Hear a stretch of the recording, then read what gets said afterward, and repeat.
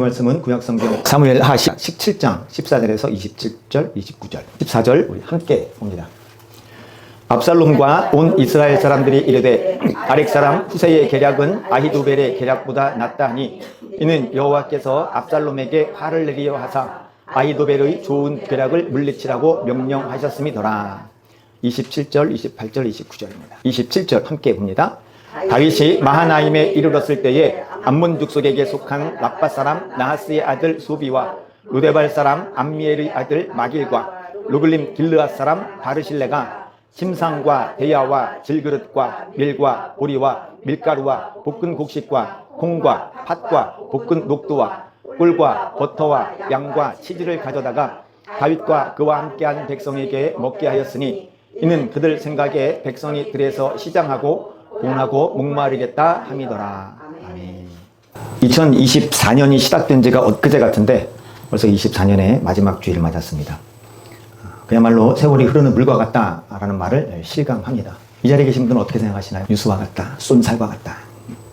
그러면 이렇게 빠르게 지나간 2024년의 삶을 돌아보면서 내가 나의 삶에 그리고 나의 신앙생활에 점수를 준다면 여러분들은 여러분 자신에게 몇 점을 주실 수 있을 것 같으신가요? 만약 하나님께서 내게 점수를 주신다면 나는 몇 점을 받을 것 같으세요? 주변의 사람들이 나에게 점수를 준다면 주변의 사람들은 나에게 몇 점을 줄 것 같으신가 하는 것입니다. 커트라인이 있다면 그 커트라인을 내가 통과할 수 있을까? 혹시라도 낙제 점수는 아닐까? 다윗은 성경의 인물들 중에 위대한 신앙인의 한 사람으로 알려져 있는 사람입니다.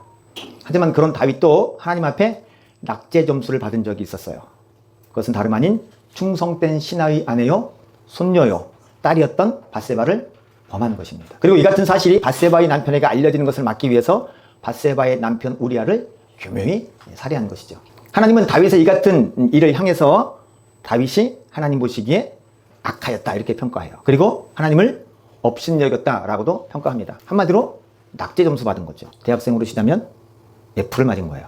이 하나님께서 다윗에게 사형을 선고하십니다. 그리고 칼이 다윗의 집에 영원히 떠나지 않을 것과 다윗과 다윗의 집안에 재앙이 내릴 것을 선고하십니다.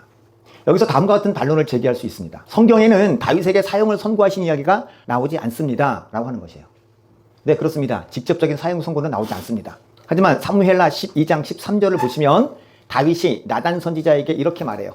내가 여호와께 죄를 범하였노라. 그러자 나단 선지자가 이 다윗의 말을 듣고 다윗에게 이렇게 대답합니다. 여호와께서도 당신의 죄를 사하셨나니 당신이 죽지 아니하려니와. 시편 51편은 이때에 다윗이 하나님께 회개한 내용을 담고 있어요.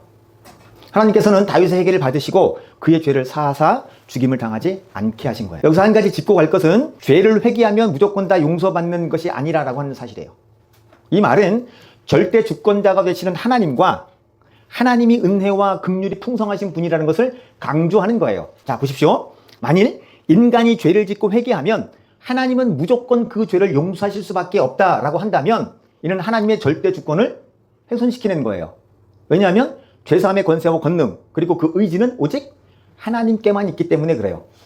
즉 내가 회개한 것 때문에 죄를 사함받는다라고 한다면 달리 말해서 나의 회개가 죄사함의 근거라고 한다면 하나님의 절대 주권과 은혜는 사라지는 거예요. 즉 하나님께서 죄를 사하셔야 죄가 사해지는 거고 하나님께서 용서하셔야 죄가 용서되어지는 거예요.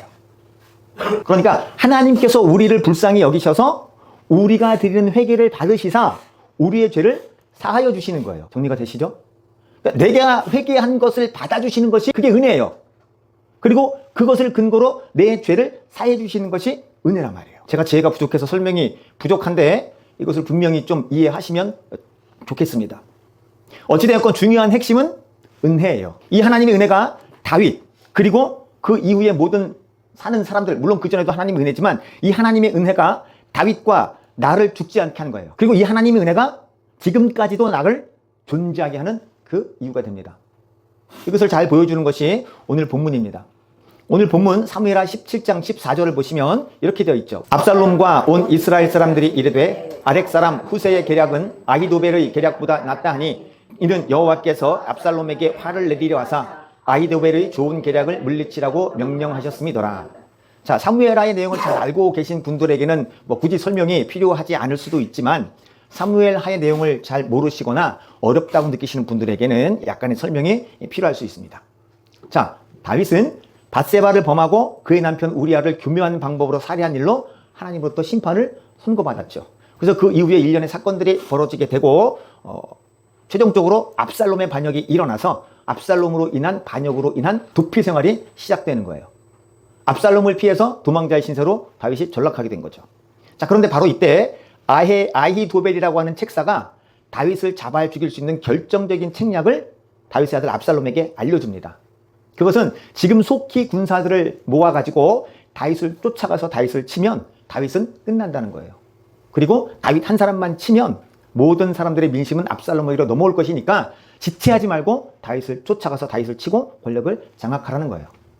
사실 이 책략이 실행되면 다윗은 그야말로 그 자리에서 죽는 거예요. 자, 하지만 하나님께서는 비록 범죄한 다윗이지만 다윗을 죽음에서 건지시기 위해서 압살롬으로 하여금 이 아히도벨의 좋은 모략, 즉 다윗을 죽일 수 있는 그 모략을 듣지 않게 하세요.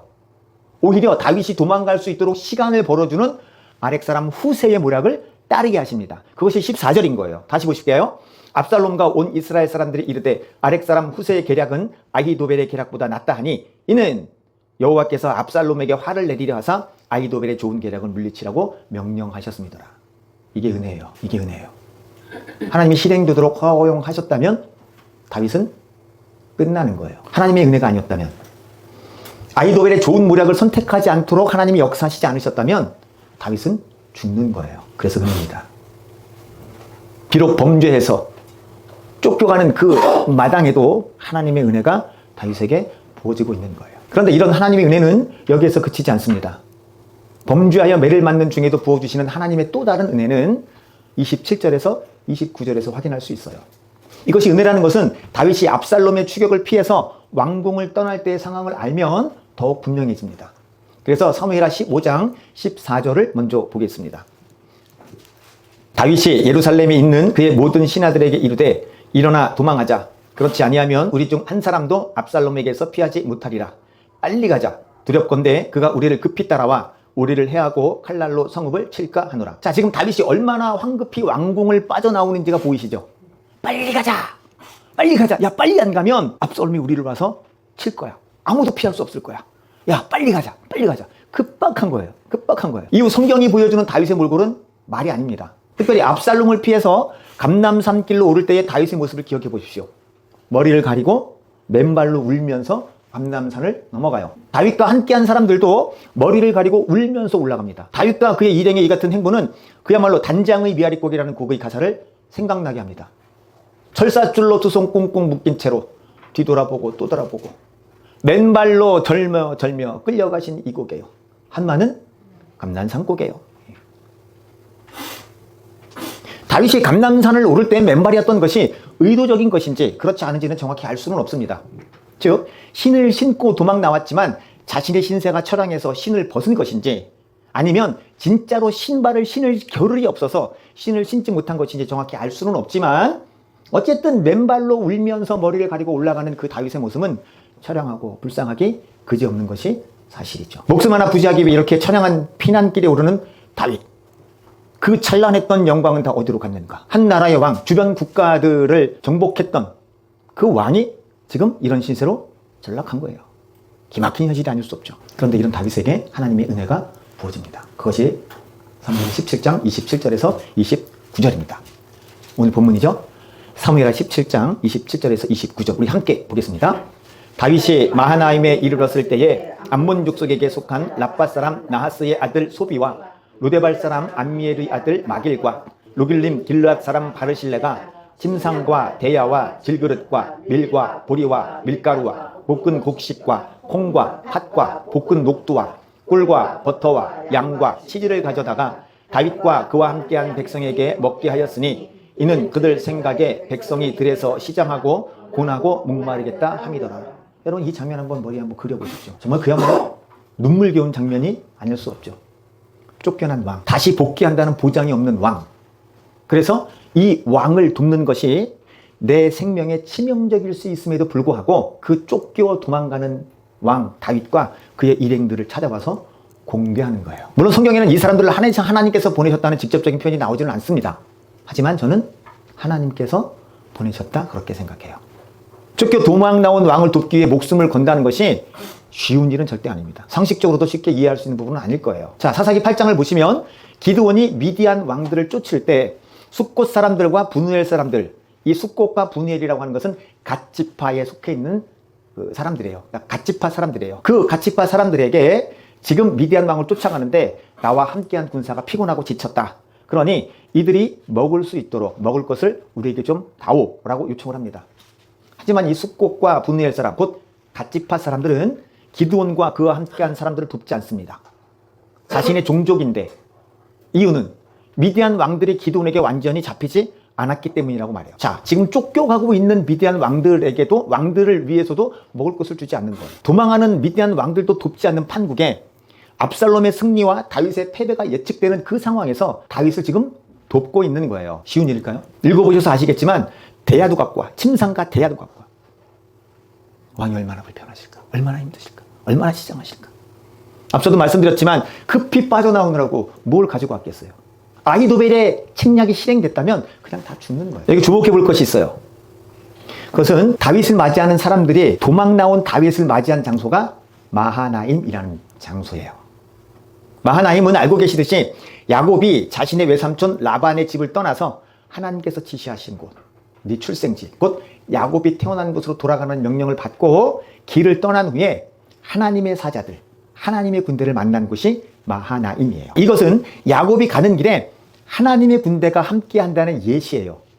즉 뒤에서 추격해 오던 라반으로부터 이미 지키셨고 또 앞으로 가면서 만나게 될 에서와 그가 거느린 군사들로 인해서 두려워하는 야곱에게 너와 함께 있는 하나님의 군대가 너를 보호할 거야 라고 예시로 보여주는 거예요. 마하나임이에요.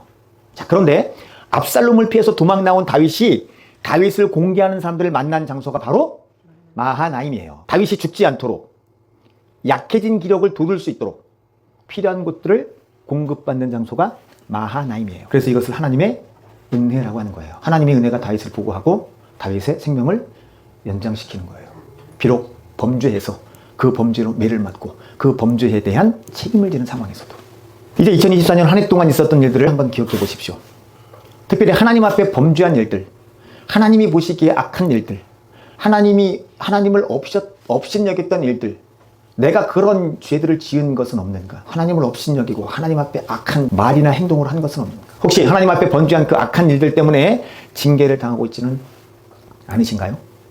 아니 현재까지 징계를 당하고 계시는 것은 아닌가요? 제일 어려운 경우가 하나님 앞에 징계를 당하는데 징계를 당하는 것을 모르는 거예요. 내가 징계를 당하고 있는데 하나님으로부터 그 어떤 죄로 인해서 징계를 당하고 있다는 사실을 모르는 거예요. 하지만 그럼에도 불구하고 내가 지금 이 자리에 있을 수 있는 것이 하나님의 은혜입니다. 내가 알 수도 있고 알지 못할 수도 있지만 분명한 사실은 하나님의 은혜가 아니었다면 나는 2024년을 살아낼 수 없었다는 사실이에요. 그리고 2024년 마지막 주일 예배를 드리는 이 자리에 내가 있을 수 없었다는 사실이에요. 하나님의 은혜가 나를 숨쉬게 하는 거예요. 하나님의 은혜가 나를 죽지 않도록 살게 하는 거예요. 하나님의 은혜가 지금 이 자리에 나와서 예배할 수 있도록 한 거예요. 그래서 은혜입니다. 그래서 이렇게 고백할 수밖에 없어요. 다 같이 한번 해봅시다. 2024년 한 해도 하나님의 은혜로 살았습니다. 올 한 해도 하나님의 은혜로 살았습니다. 비록 내가 범죄했다 할지라도 하나님은 내게 은혜를 베푸셨습니다. 감사합니다. 다른 이유가 없어요. 내가 회개했기 때문에 하나님의 은혜입니다. 그 회개를 받아주시는 분도 하나님이신 거예요. 그 회개를 받으시고 내 죄를 사하신 것도 하나님이세요. 비록 그 죄로 인해서 징계를 당하는 가운데 있자 할지라도 그 와중에서도 내게 은혜를 베푸시는 분이 하나님이세요. 만약 현재까지 내가 당하는 고통으로 원망과 불평이 쏟아지고 있다면 오늘 본문을 비롯한 사무엘 하에 다윗과 관련된 말씀들을 차근차근 읽어보시길 권합니다. 성령님의 도우심을 구하시면서 나로 하여금 깨닫는 은혜를 간구하시면서 읽으시길 권합니다. 다시 계속 반복하지만 내가 인정하든 인정하지 않든 나는 하나님의 은혜로 2024년을 살았다라고 하는 사실이에요. 세상에서 말하는 성공이든 세상이 말하는 실패든 그 어떤 것이 되었든 하나님의 은혜가 나를 이 자리에 있게 한 거예요. 아멘. 그래서 2024년 마지막 주일을 지키면서 하나님의 귀한 은혜를 깨닫는 시간 되길 바라고 그래서 그 은혜에 감사하는 시간이 되길 바랍니다. 아멘. 그리고 2025년도에도 하나님의 은혜가 부어지기를 기도하는 시간이 되길 바랍니다. 아멘. 성삼위 하나님의 은혜가, 하나님의 은총이 저와 여러분들에게 부어지기를 간절히 소원합니다. 아멘. 우리 하나님 앞에 한번 기도하겠습니다. 하나님 감사합니다. 여기까지 온 것이 하나님의 은혜입니다. 비록 내가 범죄했다 할지라도 하나님은 나를 긍휼히 여기시고 불쌍히 여기셨습니다. 감사합니다. 그 은혜에 감사합니다. 더 잘 살기를 힘쓰겠습니다. 긍휼히 여기시고 내게 은혜를 더하여 주시옵소서. 우리 다 같이 주여 한번 부르고 다 같이 기도합니다.